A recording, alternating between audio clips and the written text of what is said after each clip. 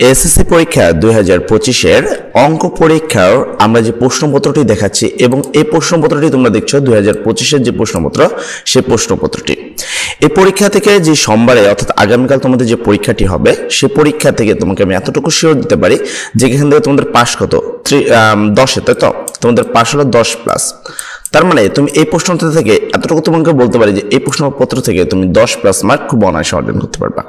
তোমাদের জানার সুবিধাতে জানিয়ে দিই যে গত বছরে কিন্তু 98% পাশের হার থাকা সত্ত্বেও 1,66,000 শিক্ষার্থীরা ফেল করেছে। তো আজকে এই ভিডিও দেখলে আশা করি তোমাদের এতটুকু উপকার হবে যে তোমাদের ফেলের পার্সেন্টেজটা কমে যাবে এবং তোমরা একটা ভালো মার্ক অর্জন করতে পারবা। তো দেখো তোমাদের এসএসসি পরীক্ষা 2025-এর যে গণিত পরীক্ষাটি রয়েছে সেটা কিভাবে দেওয়া হয়েছে এবং উত্তরগুলো যদি আমরা খেয়াল করব ভালো করে প্রত্যেকটি প্রশ্ন দেখবে এই জন্য কারণ এই প্রশ্নগুলো কিন্তু তোমাদের হুবহু আসবে এবং সেখান থেকে 10+ মার্ক তুমি খুব অনায়াসেই অর্জন করতে পারবা। তো সর্বপ্রথম প্রশ্নটি আমি যদি দেখি এখানে লেখা আছে আর সমান সমান, তুমি এখানে একটু ভালো করে দেখবা এখানে আর সমান সমান এরকম দেওয়া আছে, বলছে রেঞ্জ কোনটি। সেক্ষেত্রে এই প্রথম প্রশ্নটির উত্তর হবে ঘ নাম্বারটি এবং প্রত্যেকটি প্রশ্নর ব্যাখ্যা সহ বোঝার চেষ্টা করবা। কোনো প্রশ্ন যদি বুঝতে না পারো কমেন্ট সেকশনে বলবা, সেই প্রশ্নের উত্তরটা আমরা বুঝিয়ে দিব। কেননা দেখো তোমাদের প্রত্যেকটা শিক্ষার্থীরা আমরা চাই যে প্রত্যেকটা শিক্ষার্থী যেন খুব অনায়াসে পাশ করে, বিশেষ করে যেহেতু আগামীকালে পরীক্ষা তোমাদের মাথায় কিন্তু বিশাল একটি টেনশন রয়েছে। তাই প্রশ্নগুলো ভালো করে দেখো অন্তত 5 মার্ক অর্জন করার জন্য। 2 নম্বরে যদি দেখো x² = √3x এর সমাধান সেট কোনটি, উত্তর হবে ক নাম্বারটি যার উত্তর হলো 0√3। তারপরে 3 নম্বর প্রশ্ন দেখো এটা আছে, এটা একটা সূচকের থেকে আসছে যার মান নিচের কোনটি, সেক্ষেত্রে উত্তর হবে 1/5। তারপরে তোমরা যদি তোমাদের 4 নম্বর প্রশ্নটি দেখো লগারিদমের ক্ষেত্রে এখানে 3টাই তোমাদের সঠিক হবে।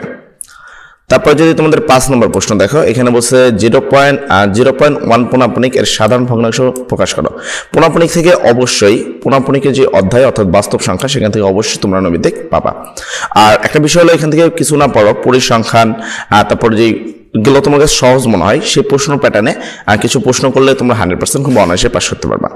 তো এই প্রশ্নের উত্তর হবে 11/90। তারপর এ সমান হলো 1 2 3 যার পাওয়ার সেট এর উপাদান সংখ্যা কয়টি হবে, উত্তর হবে 8টি।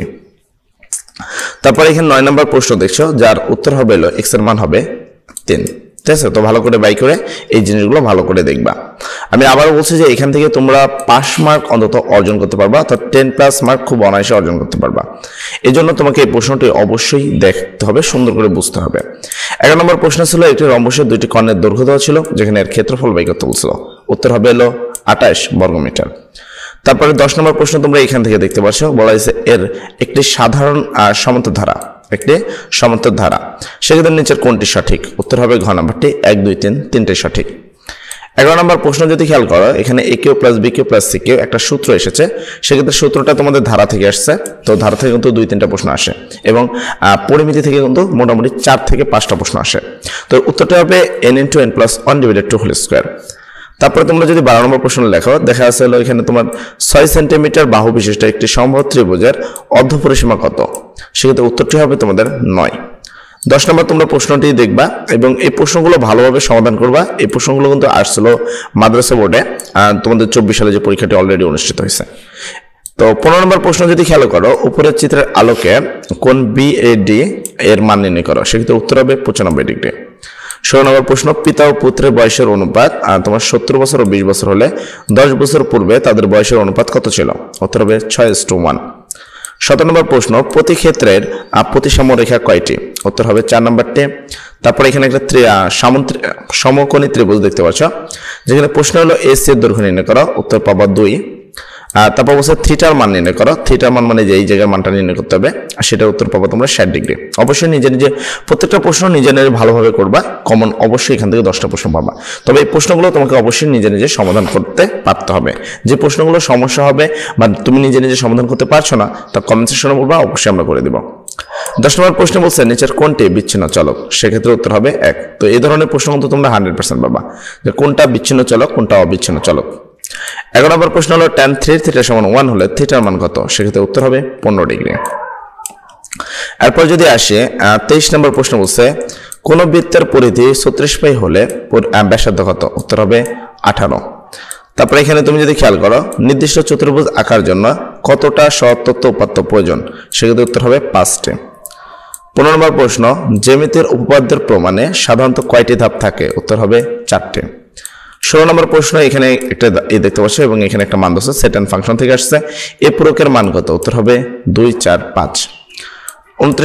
27 নম্বর প্রশ্ন, এখানে একটা সূত্র দেওয়া আছে যেটা অ্যাকচুয়ালি a² + b² এর সূত্র। 28 নম্বর প্রশ্ন, x³ + 8 এর উৎপাদক কোনটা? সেক্ষেত্রে উত্তর হবে 1 ও 3, এইটা এবং এটা। এরপর তোমাদের ধারা থেকে মানে তোমাদের যেই বলা হয় পরিসংখ্যান, সেখান থেকে কিন্তু অঙ্ক আসছে এবং তোমরা জানো যে পরিসংখ্যান থেকে অঙ্ক আসবে। পরিসংখ্যান থেকে আসছিল প্রচুরক শ্রেণীর নিম্নসীমা কত? সেক্ষেত্রে উত্তর হবে 66। তারপরে এখানে 30 উপাত্তের মধ্যক শ্রেণীর মধ্যমান কত? সেক্ষেত্রে উত্তর আছে তোমাদের 63। তো এই অঙ্কগুলো খুব নিজেরা ভালোভাবে করবা, এটা কিন্তু মাদ্রাসা বোর্ড 2025-এর প্রশ্ন এবং এখান থেকে তোমরা 10+ মার্ক অবশ্যই পাবা। অর্থাৎ এরকম ভাবে কিন্তু প্রশ্নগুলো থাকবে। খুব ভালো করে প্রশ্নগুলো সমাধান করার জন্য অনুরোধ রইল। সবাই ভালো থাকবা, সব জন্য দোয়া করি। আসসালামু আলাইকুম।